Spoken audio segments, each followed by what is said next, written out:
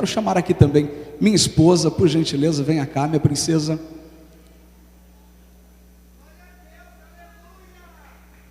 Pensa no desafio para escolher com que roupa ela ia vir para o culto hoje, irmãos.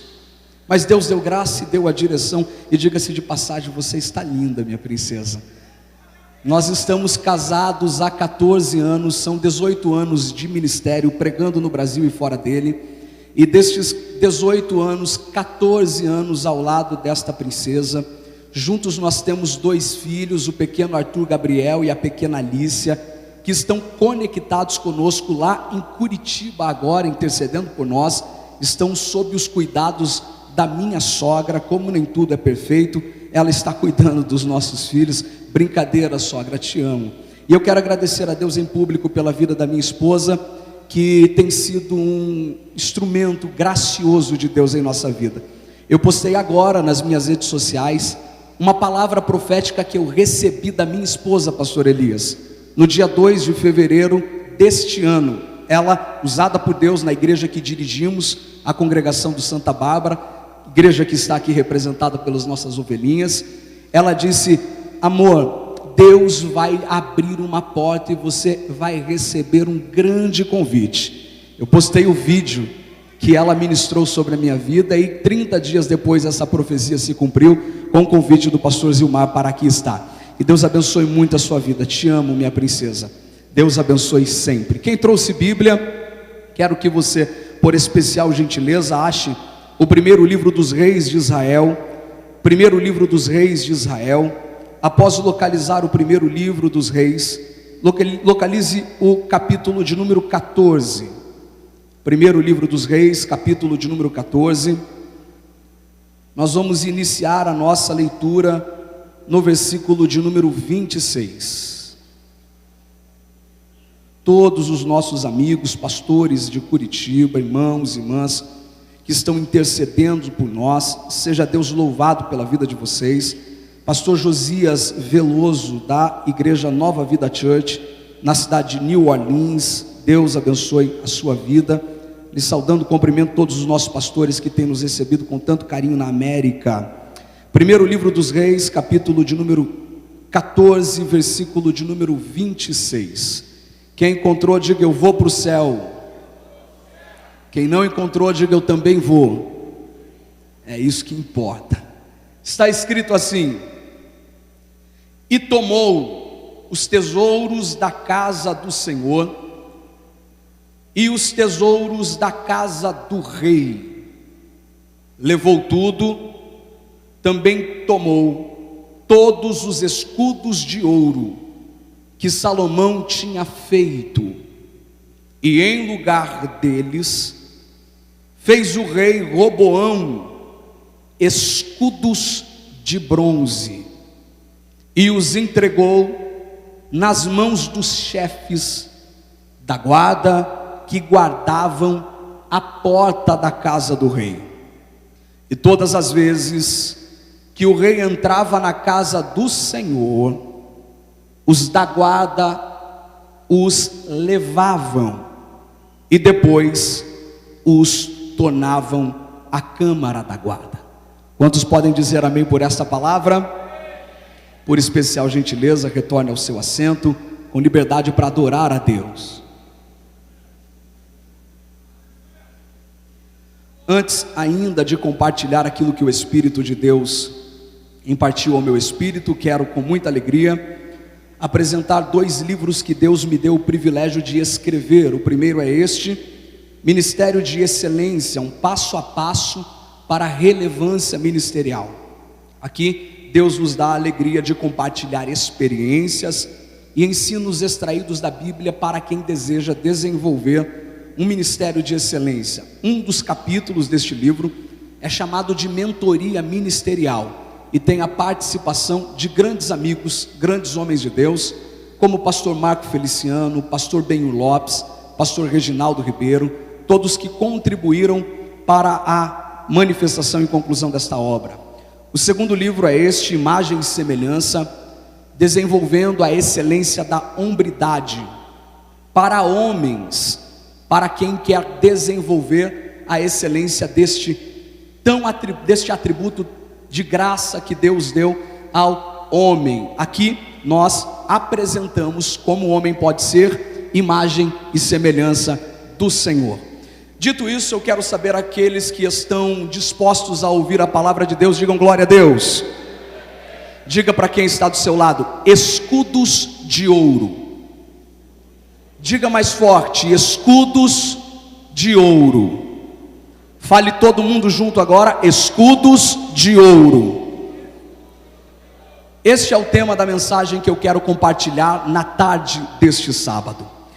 Nós, todas as vezes que abrimos a nossa Bíblia no Antigo Testamento, somos convidados por Deus a uma jornada extraordinária pelos corredores da Antiga Aliança, onde contemplamos os quadros que foram pintados pelas lentes dos profetas, dos cronistas, dos grandes líderes que receberam de Deus a inspiração para eternizar de forma especial a história de Israel.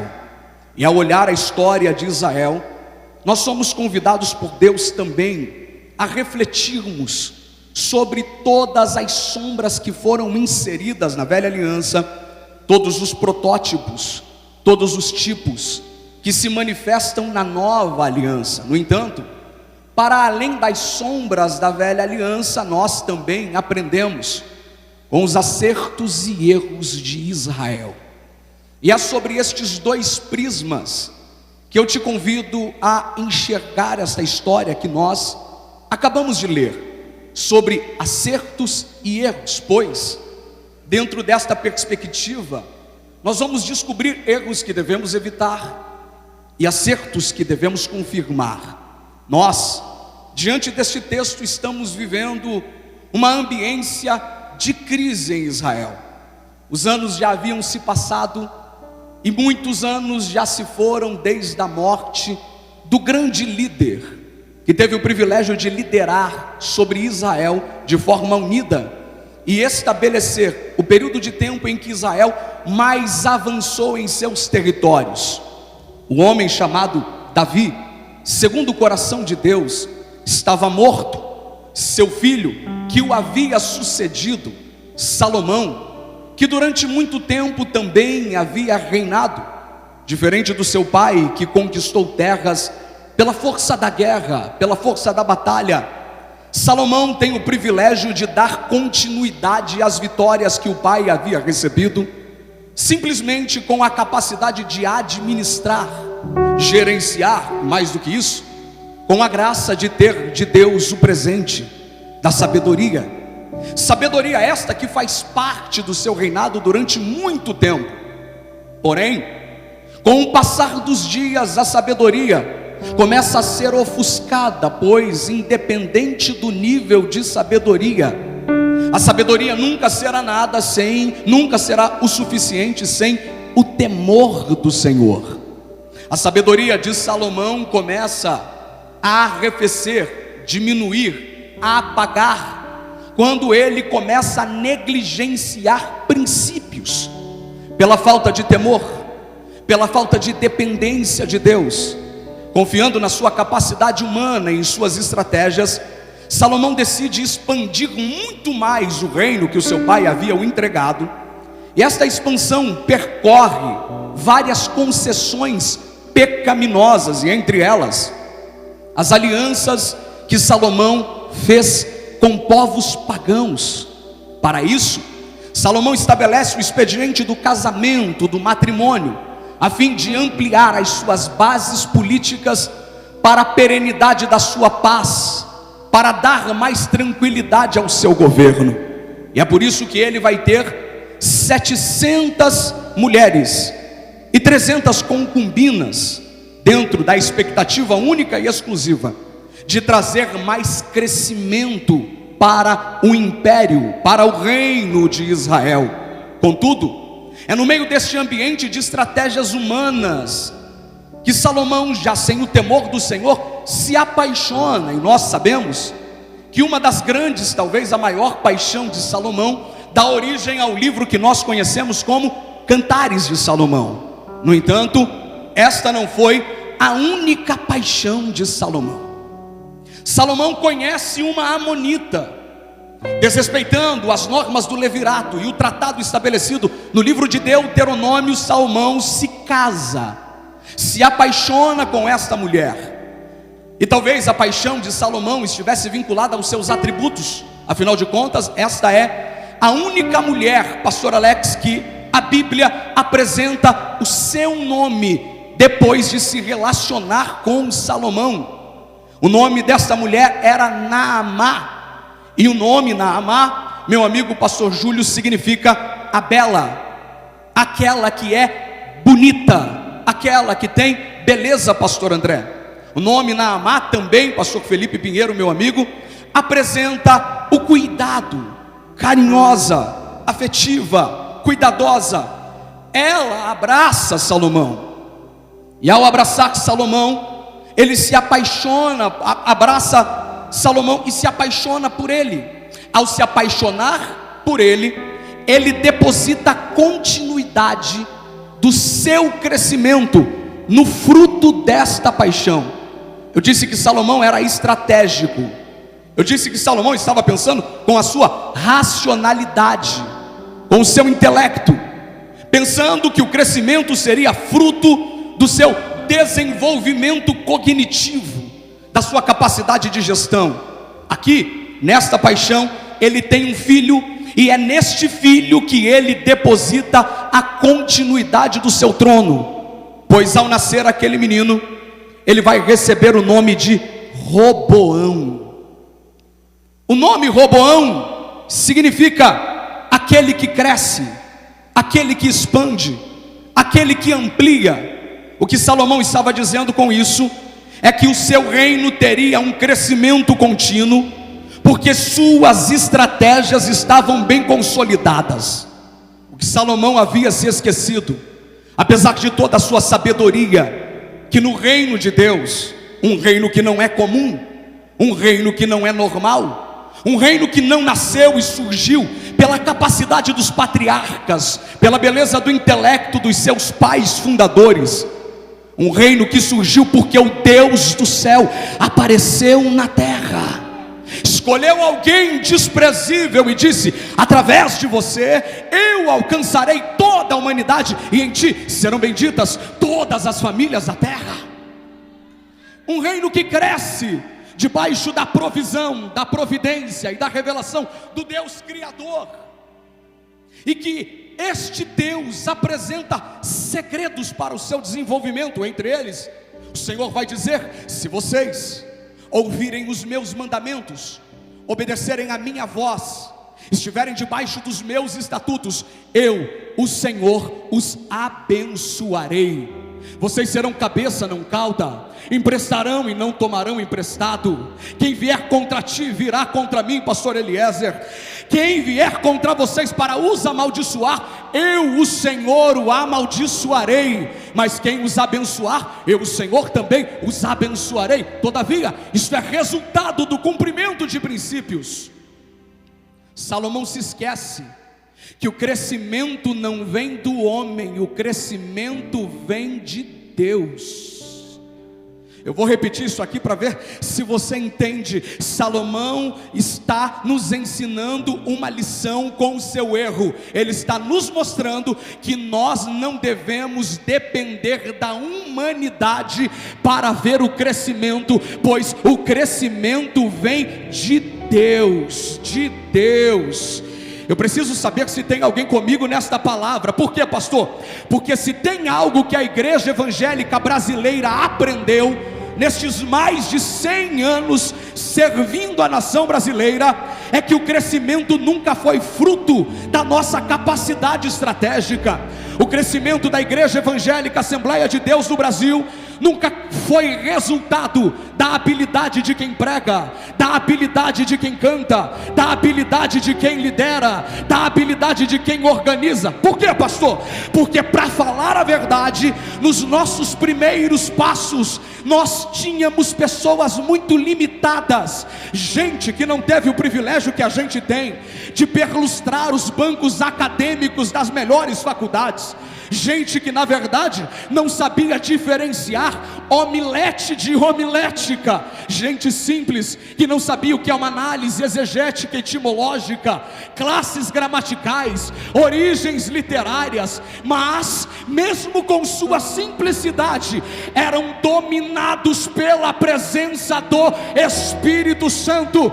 Gente que chegava em uma tribuna como esta e não sabia nem falar problema direito, mas vinha cheio da glória para dizer que Jesus Cristo salva e Ele salvava, para dizer que Jesus Cristo cura e Ele curava, para dizer que Ele batiza com o Espírito Santo e Ele batizava. Não precisava nem ser congresso, bastava alguém com sede de receber o batismo.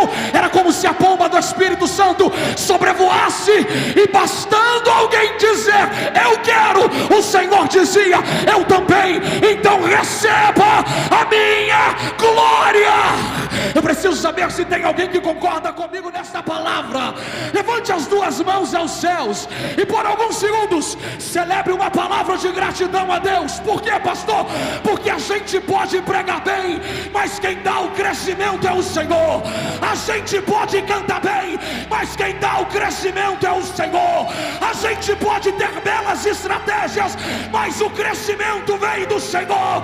Paulo planta, Apolo rega. Apolo pode plantar, Paulo pode regar, mas quem dá o crescimento é Deus. É Deus. É Deus. Eu preciso saber se tem alguém que acredita. Por um minuto, não deixe o pavilhão em silêncio. Quem trouxe glória, agora é a hora. Quem trouxe aleluia, agora é a hora. Eu vou deixar você adorar, depois eu vou continuar.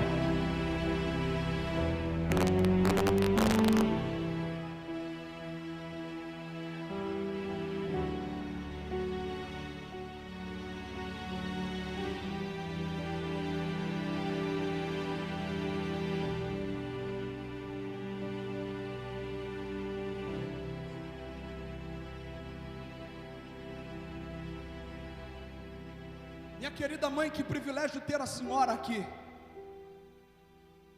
Nós assistíamos juntos às fitas dos Gideões Missionários da última hora, desde quando eu era criança. Foi minha primeira professora da escola dominical. Presente estar com o meu pai, presente de Deus, estarmos juntos aqui. E nós aprendemos que o crescimento vem do Senhor. Salomão negligencia isso, deposita as suas expectativas em sua estratégia, e a sua estratégia aparentemente dá certo. Pastor Luiz, por quê? Porque Salomão morre e quem ascende ao trono é Roboão. Aquele que cresce, aquele que dá expansão, aquele que amplia, aquele que ajuda a desenvolver. Roboão cresce com todas as expectativas positivas depositadas em si, e os seus primeiros passos são bons. Deus dá a ele um presente extraordinário. Deus dá a ele o privilégio de ganhar o coração do povo. Porque se tem algo que nós precisamos saber, é que independente de quem está na liderança, se o coração do povo não estiver com ele, qualquer liderança pode ser frustrada. Pois um rei não é rei sem povo. Salomão havia deixado um reino que estava debaixo de duras crises. Quando Roboão ascende ao trono, Jeroboão, que estava homiciado no Egito, volta depois da morte de Davi, consegue orquestrar, volta depois da morte de Salomão, consegue orquestrar 10 tribos para levar uma causa até o rei que estava no trono. Qual era a causa, pastor André? Que o Senhor abaixe os nossos impostos, que o Senhor diminua a carga de trabalho, que o Senhor nos acolha debaixo desta providência recursal que nós estamos apresentando a você. Jeroboão chega com a proposta e Salomão aparentemente está buscando caminhos corretos para decidir sobre este problema, pois ele vai se aconselhar. E o primeiro conselho que Salomão vai tomar é com gente de cabeça branca, gente experiente, gente madura, gente que tinha capacidade de o orientar pela bagagem que carregava. Na busca por este conselho, Salomão recebe uma orientação. Qual é? Aceite o pedido do povo, abaixe os impostos e conceda ao povo esta liberdade. Porém, Salomão não toma a decisão antes, Roboão não toma a decisão antes, ele vai se aconselhar com os jovens, gente que cresceu no palácio com ele, gente que não teve dissabores que o povo tinha, gente que nunca precisou enfrentar uma fila de saúde para ser atendido, nunca precisou acordar 3 horas da manhã para ver se conseguia um atendimento médico, gente que nunca enfrentou o transporte coletivo, gente que nasceu em berço de ouro. E quando ele chega ao lado dos jovens, os jovens vão dizer: aumente mais ainda a carga tributária. Ao apresentarem isto para Roboão, Roboão gera a primeira crise geracional, pois ele está desprezando o conselho de gente que veio antes dele, para acatar o conselho de gente que nasceu com ele, cresceu com ele, se desenvolveu com ele. Roboão está negligenciando a lição de Josué, pois Josué na batalha contra os amalequitas vai nos ensinar uma lição. Qual é, pastor? Enquanto Josué estava diante da guerra, sendo ele mais habilidoso que Moisés, mais perito na espada do que Moisés, tendo mais força para guerrear que Moisés, enquanto ele no campo estava lutando com a sua capacidade, com a sua estrutura, com a sua habilidade, o velho patriarca estava no monte de mãos estendidas. E quando Moisés abaixava a mão, Josué perdia a batalha. Por quê, pastor? Porque Josué pode ser mais forte, Josué pode ser mais inteligente, Josué pode ter mais estrutura, Josué pode ter mais conhecimento, Josué pode ter até uma capacidade de raciocínio mais célere, mais rápida. Mas se não for a mão do velho Moisés dizendo vai, a força de Josué não é nada, a habilidade de Josué não é nada. O que é isso, pastor? Deixa eu aplicar. Se tem uma coisa que o diabo tem tentado fazer na nossa geração, é construir uma barreira de divisão entre aqueles que vieram antes e aqueles que estão chegando agora. Por quê, pastor? Porque Satanás sabe que se os jovens não tiverem debaixo da bênção dos anciãos, a força dos jovens se perde. Só que Satanás também sabe que se o ancião não tiver a mão de obra forte, a sabedoria do ancião também se perde. Aí ele tenta pôr barreira, aí ele tenta dividir, aí ele tenta matar, aí ele tenta neutralizar, porque ele sabe, meu amigo pastor Anderson, que Josué só vence porque Moisés está com a mão estendida, que Elias só triunfa porque alguém chegou até ele e disse: não é só você, tem Eliseu também, dá capa para ele. Oh meu Deus, oh meu Deus, só vai ter Timóteo se tiver um Paulo dizendo: desperta, desperta, desperta o dom que há em ti. Eu preciso saber se tem alguém que entende esta palavra.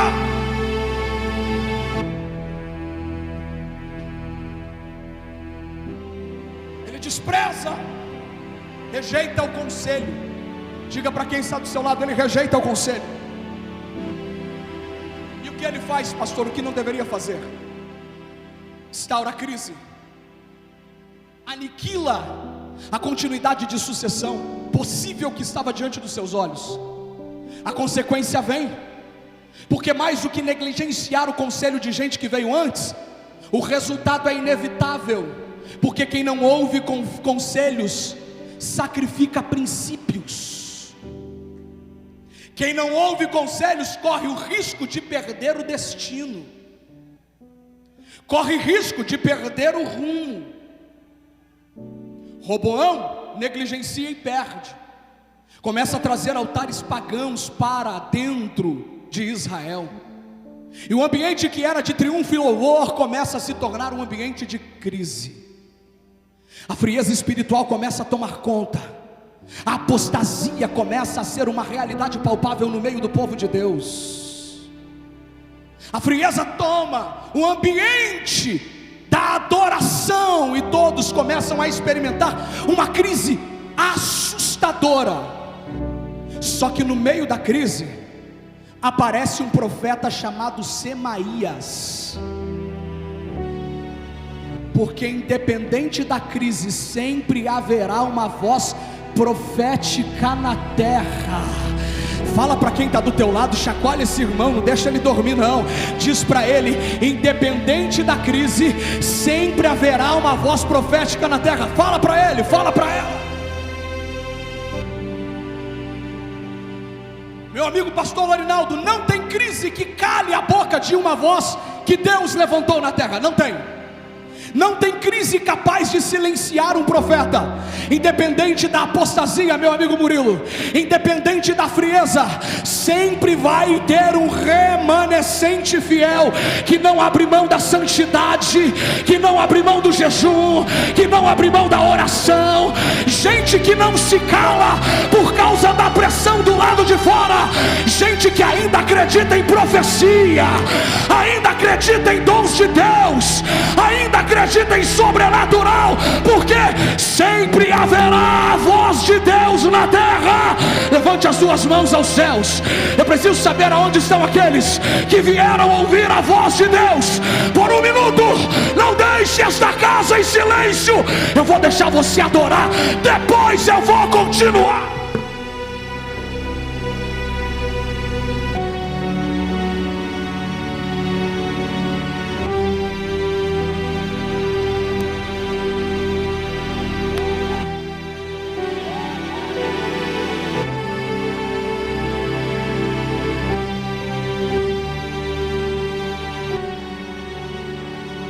Sentindo a graça dele nesta casa. Meu amigo pastor Diego Rafael, ninguém nunca conseguiu calar a boca de Deus na terra. Pode tentar, não consegue. A imoralidade, pastor Lorinaldo, não silenciou a pregação de Noé. A idolatria no meio de Israel não calou a boca de Moisés. A mistura no meio do povo não contaminou Josué. A bagunça no templo não tirou a mensagem de Samuel. Ora bacala Súria, Uribicala Mantura Ras, Uribicala Céu e Joe Resi, Calamandura Bacá. Sempre vai ter Elias, sempre vai ter Eliseu, sempre vai ter Micaías, sempre vai ter Isaías, sempre vai ter Jeremias, sempre terá um Jonas, sempre vai ter um profeta. Se tem alguém que acredita, há uma ativação profética de Deus, genuína, pela palavra, para esta geração. Se tem alguém que crê, abre a boca para adorar, para adorar. Quem é batizado com o Espírito Santo, agora é a hora. Comece a falar em línguas, depois eu vou continuar.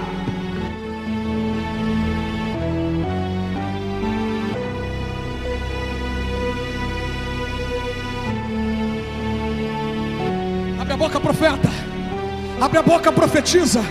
É por isso que tem gente que ama Gideões missionário, pastor Giovanni, porque nas ruas dessa cidade Deus tem boca separada para profetizar na cabeça de gente.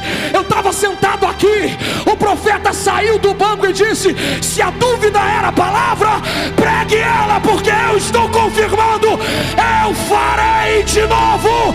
Oh meu Deus! Há uma atmosfera de glória que começa a tomar este pavilhão. Aonde tiver alguém sedento por esta glória, não deixe esta casa em silêncio. Abra a boca para adorar, para adorar.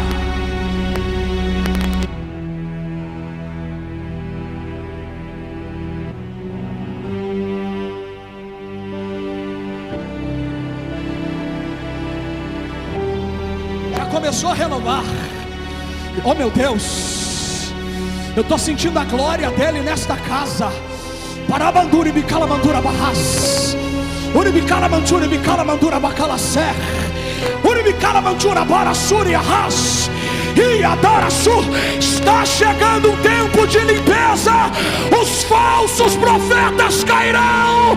Deus está levantando uma geração de verdadeiros. Abre a boca, só quem crê. Abre a boca para adorar.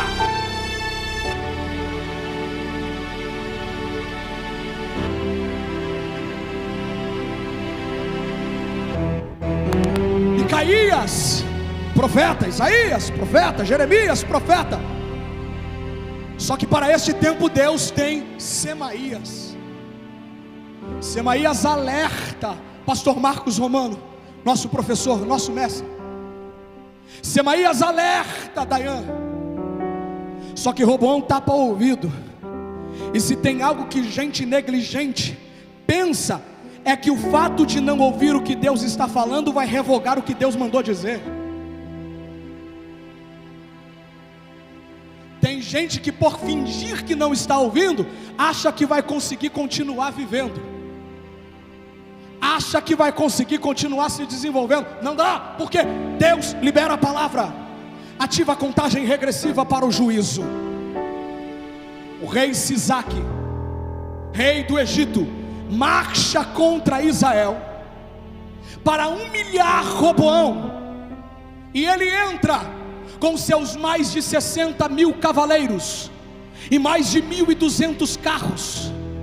Sequestra tudo que estava no templo, tudo que estava na casa do rei. Porém, a Bíblia faz questão de destacar que ele sequestra os escudos de ouro que Salomão havia feito. Diga para quem está do seu lado: os escudos de ouro. Os escudos de ouro era aquilo que a guarda real utilizava para fazer os processos de peregrinação com o rei, com a autoridade. Mas para além disso, era utilizado para as cerimônias, onde os guardas reais chegavam diante do palácio e do povo, principalmente depois que o sol estava prestes a se pôr, se apresentavam para que o brilho do sol reluzisse nos escudos e Israel tivesse a certeza de que a glória de Deus ainda estava com eles, de que a presença de Deus ainda estava com eles, de que o cuidado de Deus ainda estava com eles. É por isso que eu disse que esse escudo não era escudo de guerra, era o símbolo da glória, o símbolo da presença. Sisaque vem e sequestra o símbolo da presença. O problema é que agora eles não têm mais o símbolo da glória, o símbolo da autoridade. A sensação é de vulnerabilidade, a sensação é de frieza, de esvaziamento. Não obstante esta sensação, Roboão decide criar a segunda crise geracional, pois ao invés de recorrer a buscar fazer novos escudos, a Bíblia vai dizer que Roboão decide fazê-los, porém não eram mais de ouro, agora os escudos eram de bronze.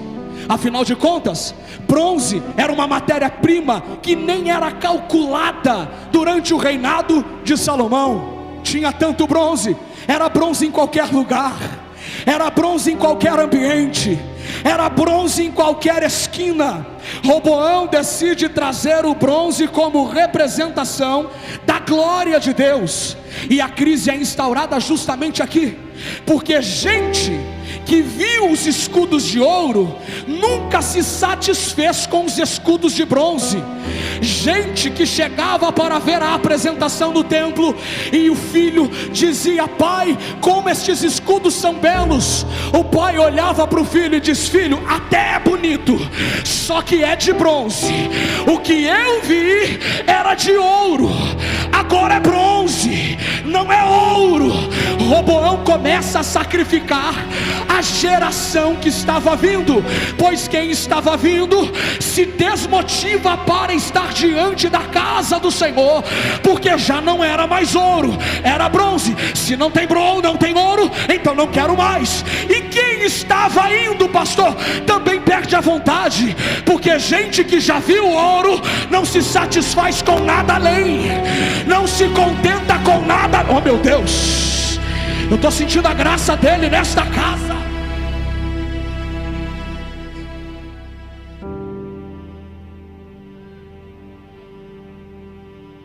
Aqui nós estamos diante de um retrato profético, não apenas diante de uma lembrança literal, de um fragmento histórico. Aqui nós estamos diante de um retrato profético, que aponta a realidade da nossa geração, porque o que tem de lugar, que o príncipe do Egito sequestrou, o símbolo da glória na nossa nação, o que tem de lugar, que refletia a presença, hoje não reflete mais, que refletia a glória, hoje não reflete mais.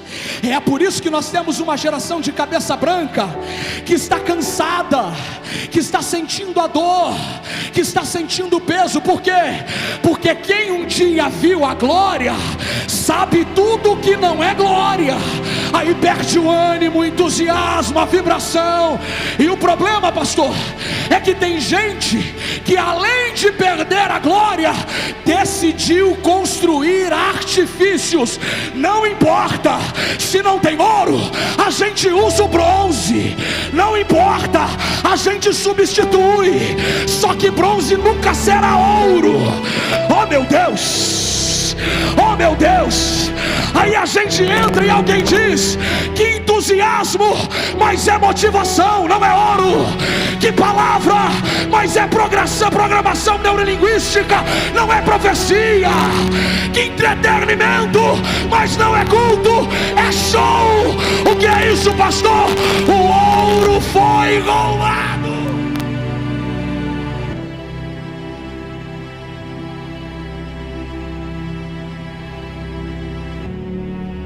Eu sou pastor de uma igreja simples. Irmã Ideleia, fica de pé, por favor. Ela é uma das nossas ovelhas. O pai dela foi pastor naquela igreja, pastor Assir. Pastor Giovanni, no ano de 1991, a caravana de Curitiba saiu para os Gideões missionários da última hora, meu amigo Samuel. E a igreja ficou em consagração, 1991. O presbítero, segundo dirigente, lá estava, e o pastor Assir estava aqui. Durante a consagração, pode se assentar, filha. Era mais ou menos 3 horas da tarde. Uma vizinha da igreja sai correndo de dentro de casa com o seu bebê morto em seus braços. Ela não liga o 93, ela não liga o 92, ela não liga o 90, ela entra na igreja. O culto está acontecendo e ela coloca a criança em cima do altar e diz: está aqui o meu filho, está morto e eu não quero perder ele. A igreja não se desespera. O presbítero que lá estava coloca a mão sobre a criança e diz: espírito de morte, eu te repreendo agora. A criança que estava morta dá um suspiro, levanta. O pastor que lá estava dirigindo entrega a criança para a mãe e diz: teu filho está aí, porque aonde tem glória, até morto tem que ressuscitar.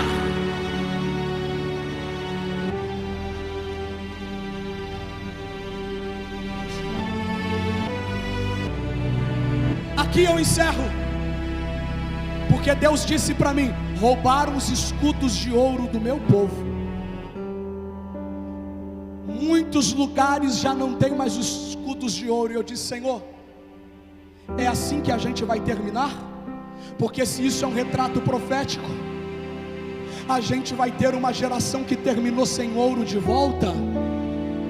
Aí o Espírito de Deus ministrou o meu espírito dizendo: Roboão só terminou sem ouro porque se contentou com bronze, e só fica sem o ouro quem se satisfaz com bronze.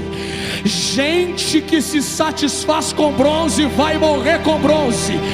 Deus gritou ao meu espírito, pastor Giovanni, e ele disse: no Brasil há uma geração que este púlpito ainda não conheceu, Adailson. No Brasil há uma geração que os cartazes ainda não viram, que os holofotes ainda não mostraram, mas que estão há anos de joelhos dobrados, pastor Lorinaldo, dizendo: Deus, faz de novo, faz de novo, faz de novo, faz de novo. Eu preciso saber se tem alguém que acredita.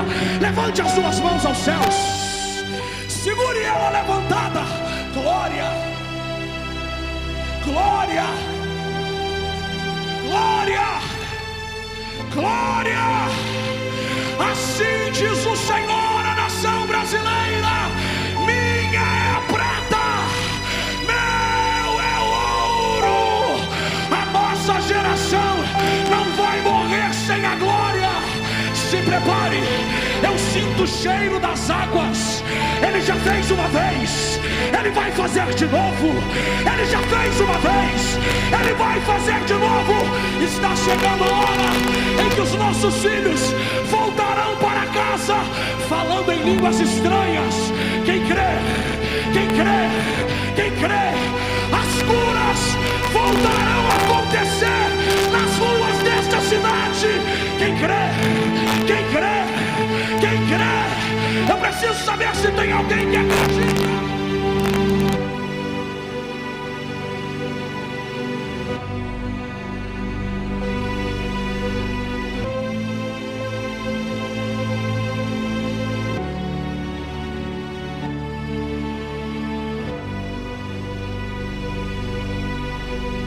Feche seus olhos por alguns segundos.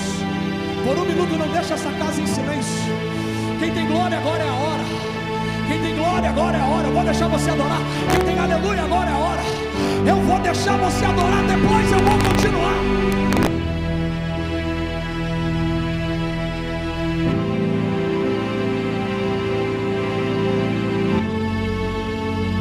Deus me traz a este altar como voz profética para a nação brasileira, para pegar na mão de cada cooperador neste Brasil e fora dele, para pegar na mão de cada presbítero, cada diácono, cada evangelista, cada pastor que gastou a sua vida na obra, cada missionário que está no campo militando, batalhando, e que está dizendo: Senhor, tem como devolver aquela glória, tem como devolver aquela presença. Se prepare, porque a glória vai tomar conta da nossa geração. Um avivamento está rompendo sobre o Brasil. Quem crê, quem crê, Deus vai começar a encher alguém aqui agora. Glória, glória, glória. Feche os seus olhos.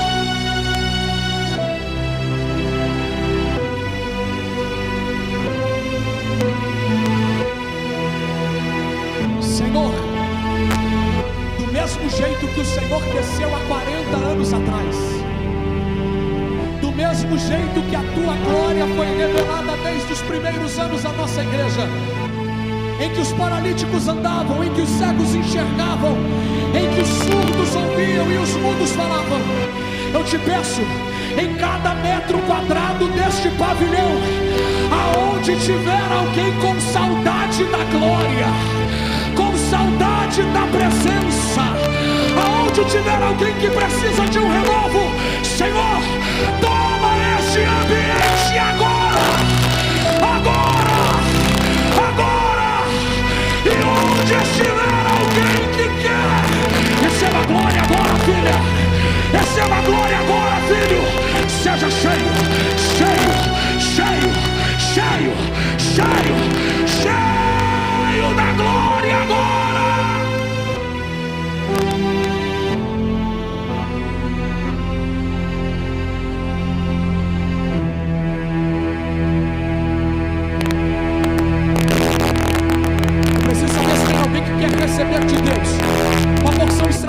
área da glória, onde você estiver, saia do seu lugar e venha correndo aqui na frente.